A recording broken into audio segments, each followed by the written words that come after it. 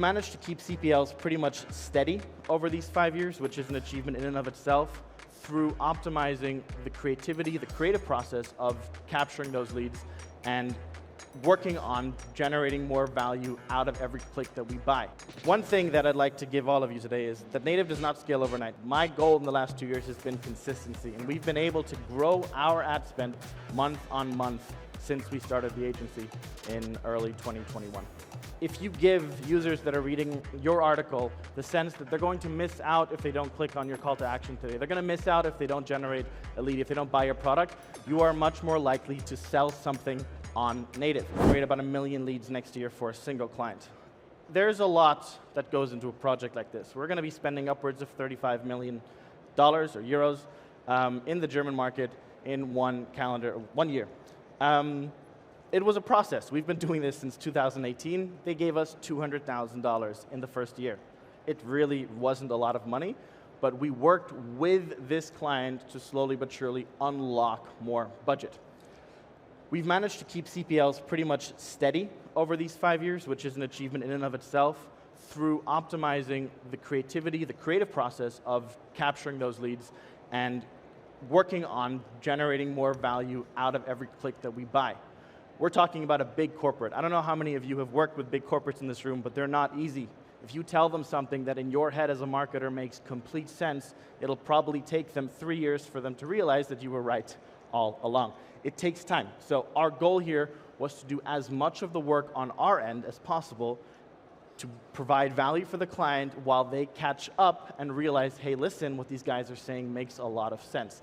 The great thing is that we have a partnership now that we're working towards with 6H to really become the next, well, their biggest cold user acquisition channel in the German market. One thing that I'd like to give all of you today is that Native does not scale overnight. There are people that manage to scale things extremely aggressively, especially in the affiliate space. There's some people in this room that are extremely good at taking a product and scaling it to $1 million a month in a very short period of time, but they don't do that consistently. Now, if that's not your goal, that's fine. Do it, by all means. My goal in the last 2 years has been consistency, and we've been able to grow our ad spend month on month since we started the agency in early 2021. It just takes time. It takes a lot of effort, and at the end of the day, there are 3 elements to stability on Taboola and stability on Outbrain.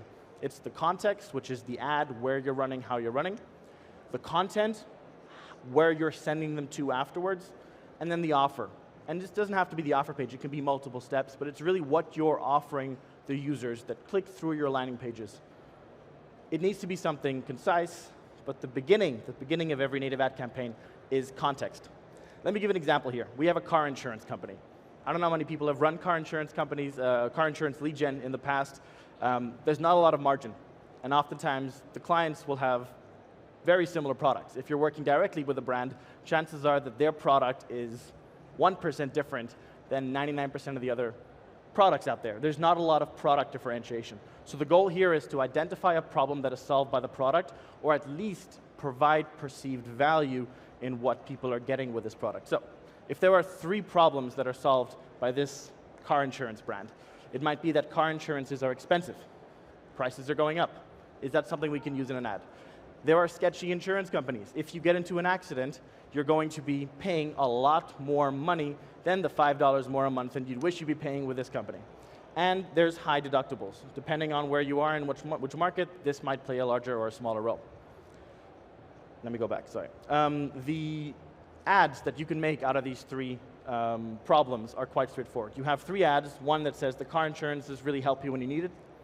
It's a mediocre ad at best, but it addresses a problem. People that feel like they've been in an accident and their insurances didn't jump in, they'll click on that ad. 9 out of 10 Americans worry about their car insurance deductibles. Here's how not to be that one. That's a better ad. That's an ad that speaks to, or that tells you that 9 out of 10 of your peers are worrying about a single problem. Everybody has a car. Everybody has car insurance. Are you the 90% that needs to worry about deductibles, or are you the 1% that doesn't? Find out here. That generates a certain interest, and you're going to click on that ad more than you click on the other one. Why thousands are switching from sketchy car insurance companies or plans to this genius one? That leaves a lot to be discovered. That's, in my opinion, the best of these 3 ads in the sense that it's a question. You're literally saying, guys, there's something here. We're not going to tell you in the ad because we don't have the real estate space, but click here and find out. Do you have a car? Have you heard about sketchy car insurance companies? Yes, perfect. Click here. This ad is probably going to generate the highest CTR in combination with an image that gets your attention. Content is where my team spends the majority of their time. There are really 7 elements of every landing page. I've seen a lot of people try to play around with landing pages on native. Some have succeeded to some degree, but I think that in essence, the landing page, the design of a landing page on native is extremely straightforward. It's the content you want to be worrying about. You need a segue. So you have an ad. You're segmenting a certain people. If you're approaching men born between 1970 and 1995, make sure that those men feel spoken to in the landing page. You have an introduction to the problem. So if I'm saying that car insurance prices are expensive and I'm offering people a cheaper option, mention it in the landing page. Make sure that you're bringing the people from the ad to the content, and then explain why it's relevant to the reader. With this example, it might be like, are you paying more than X a month for car insurance? If you choose a number that's in the 90th percentile, most people are going to fall within that scope, and they're going to feel like this is something that is relevant for me, and they're going to continue reading. You then want to introduce the solution. In this case, car insurance A. And then give the user a sense of urgency. There's this word that I love, it's called FOMO. If you give users that are reading your article the sense that they're going to miss out if they don't click on your call to action today, they're going to miss out if they don't generate a lead, if they don't buy your product, you are much more likely to sell something on native. Remember that you're reaching people that are cold. They do not want your product, they are not out there looking for a car insurance, but you've sold them on the idea that they need to worry about car insurance. Now what you need to do is sell them on the idea of taking action today about that worry.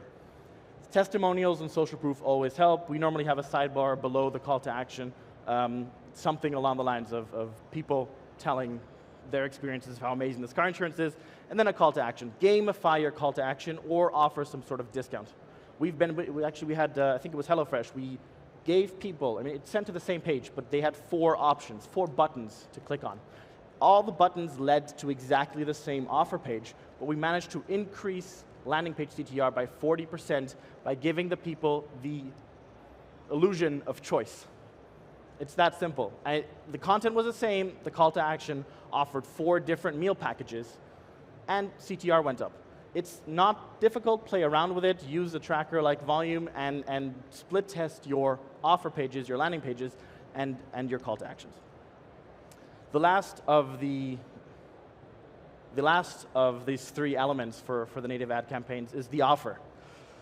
There was one really good example of what the point that I'm trying to describe here. We had a really big brand in Germany approach us and say, we want to do native ads. And I was like, perfect, everybody knows your product, let's talk. They were selling, I shouldn't say the brand, they were selling protein products that are accessible in every single German supermarket. And they were selling them online at exactly the same price, plus shipping. I don't need to do a show of hands now in terms of how well you think that converted. We tested so many different funnels, but at the end of the day, we were generating interest, we were generating demands, but a lot of people recognized the logo, recognized the products from the supermarket aisles, and just went and bought them at the supermarket. And us, as marketers, we don't get credit for that. Maybe we should, but it's very difficult to attribute that type of demand generation directly to one channel. And so a weak offer is something that does not differentiate itself from what is easily accessible. If you think, in this case, right, how that company could have produced a product that had a really strong FOMO element to it, it would have been to bundle things. The key here is perceived value. We're not looking to change the pricing scale of their products. A lot of bigger brands, a lot of affiliate companies, they don't want to make their product cheaper or offer more for the same price. I get that. Their margins decrease. But what they can do is increase perceived value. A lot of companies do this with digital products. They say you're going to get an ebook, you're going to get a 3-month subscription to our product that doesn't cost us any money, any additional money, any incremental money, but it increases the perceived value. You see this a lot with VSLs in the US on native, where they'll be selling a product that has an $850 perceived value for something like $70. And the idea here is really just to generate and capture the demand that you've generated on your landing page and convert it to a sale.